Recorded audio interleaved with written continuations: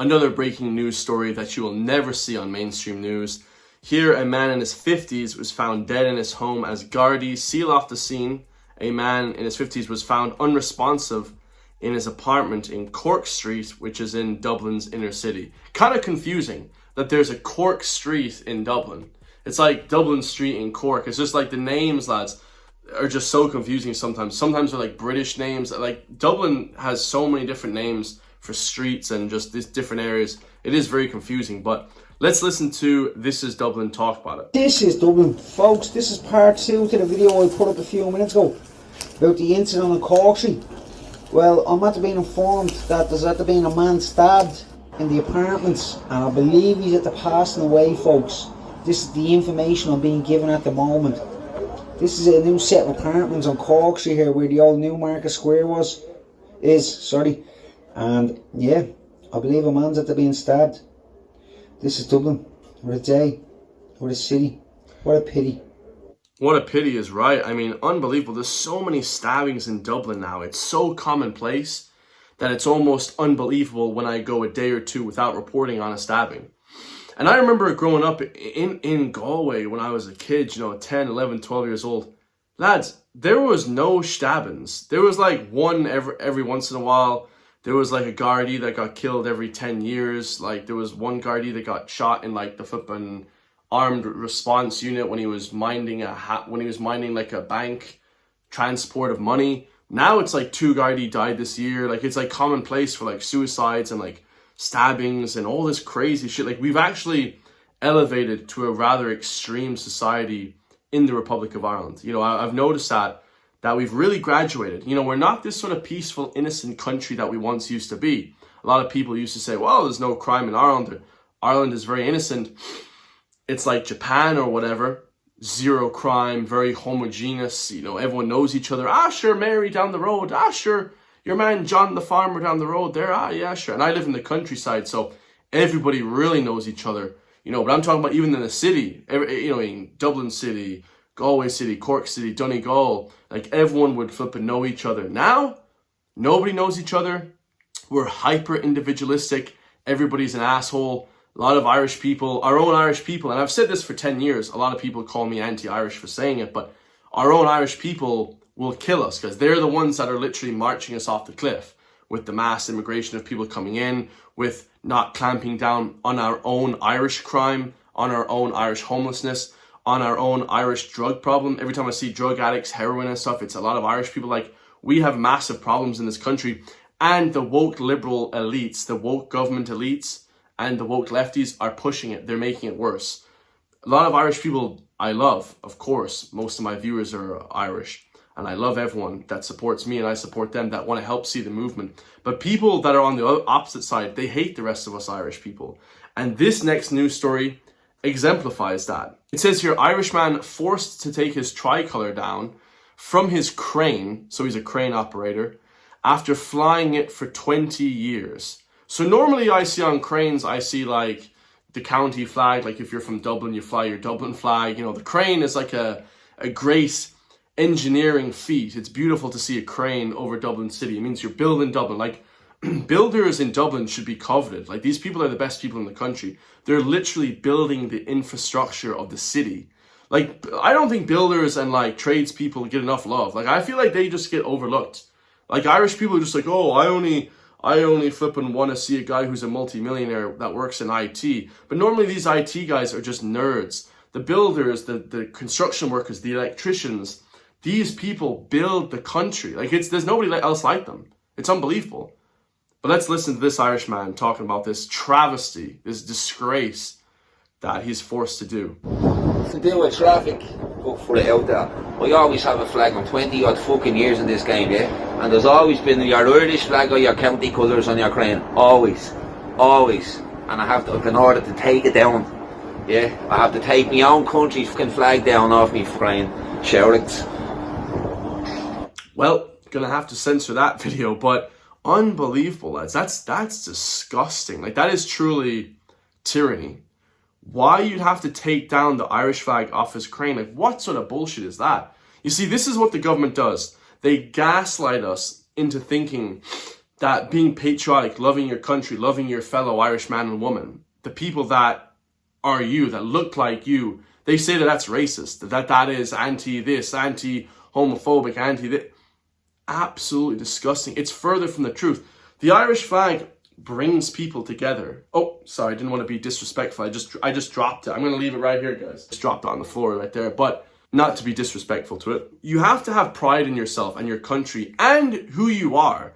You know, it's not racist. It's not bigoted to be proud of who you are. Like, I never got that. If you're not Irish, that's okay. It's okay not to be Irish. Like, that's okay, lads. Like, if you're half this, if you're Scottish, if you're Chinese, it's okay. But be proud of where you're from. Okay, understand, okay, I'm living somewhere else. That's okay too. But be proud of who you are, guys. This is just disgusting that they're forcing workers, the people that are building the country, to take it down because it's far right to fly an Irish flag. Ridiculous. Could you imagine going to China and telling a Chinese man, don't fly the Chinese flag because you're a bigot? That's ridiculous, guys. That is literally disgusting. And speaking of disgusting, we have literally Satan himself, the devil, Leo Varadkar, talking about chasing young fellas on a Greek island. Let's listen. What's top? What do you want to do before you leave this mortal coil? A bit more travel, get to places I haven't been. Do you remember what you told me one time? I don't know if I can say this, you can edit it out if it's not appropriate. I said, Leo, what do you really want to do with yourself? He said, I want to go to a Greek island and chase young fellas. I actually said that. You did say that. You can cut it out, I don't mind. You actually said, because I wouldn't make that up. you were doing maybe 15 years ago. Maybe. I didn't need to go to a Greek island at all. Not that there's anything inherently wrong with him and his sexuality. He can do whatever he wants, but you know, he's the kind of guy that hates on Trump for saying that he loves to sleep with lots of women, which is normal. That's what every man wants to do, is sleep with good-looking women, right? If you're not gay, if you're not a weird guy, gay or whatever, or fetish, weird, something else other than straight. But this is the kind of guy that shouts from the rooftop, oh, Donald Trump is bad for saying he wants to sleep with women and that kind of stuff. Like, it's very two-tier hypocritical. A lot of these guys in government and politics never reveal who they truly are. For a man to say, I want to go and talk to women and sleep with women, that's normal. That's perfectly normal. But for Leo Varadkar now, he's always talking about how he's better than people. He's literally bringing the downfall of the country. He's literally the devil. I think he literally caused the downfall of the country, just me personally. For him to be going saying Trump is bad, this is bad, these people are all bad, he's pushing his foreign LGBT agenda. All he does is push that all day long. And then he says himself he wants to go to Greek island and chase young fellas, exposed by one of these people here on a basically radio show. Then he gets all embarrassed. He gets all embarrassed with his face. Oh, you know what? I didn't say that. Like, he doesn't even own up to what he said. Like, that guy wouldn't have made that up. That's completely lying. These Taoiseachs lie to you and they gaslight you on top of it. They ask him, you know, what do you want to do with your time? Nothing productive, nothing better. He just wants to go and chase young fellas. I mean, it's just a very different lifestyle than we're used to hearing from a politician. Like, can we not keep the private life private and then keep your public life and your persona out there and give better ideas and like how to help change the country? You've literally destroyed the country. How about fixing the country?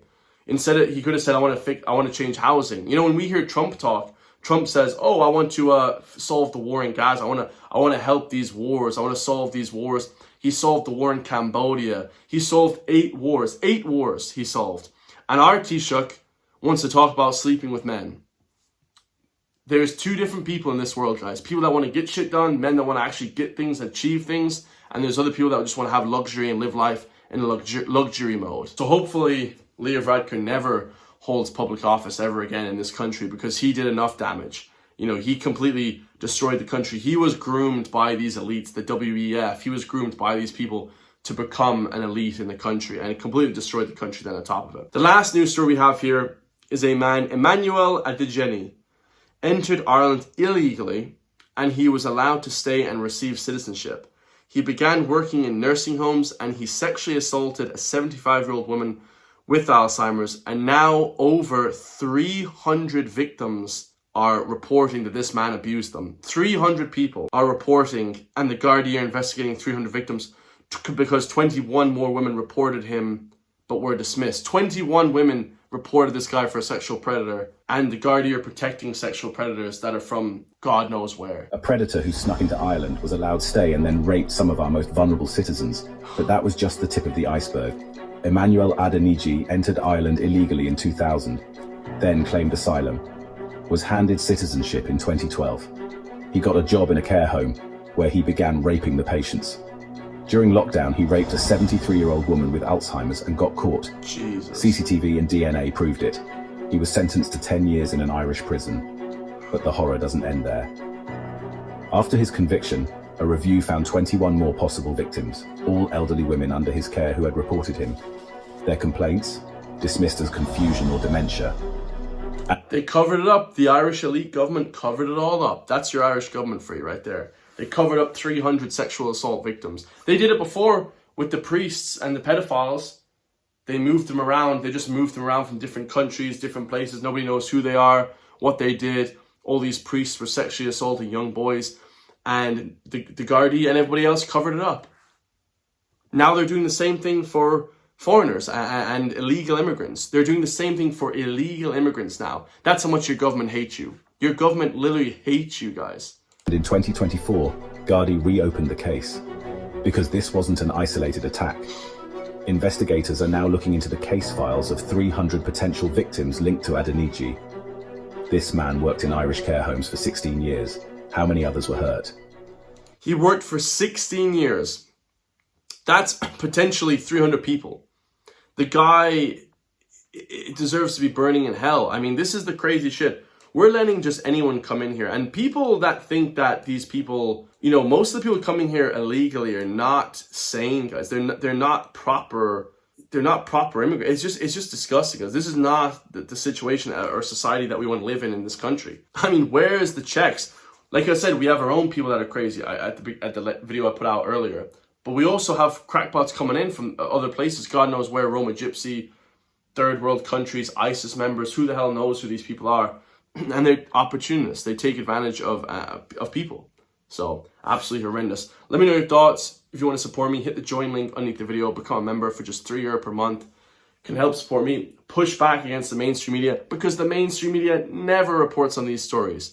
They protect these people. They protect the man that sexually assaulted 300 women. They love these people.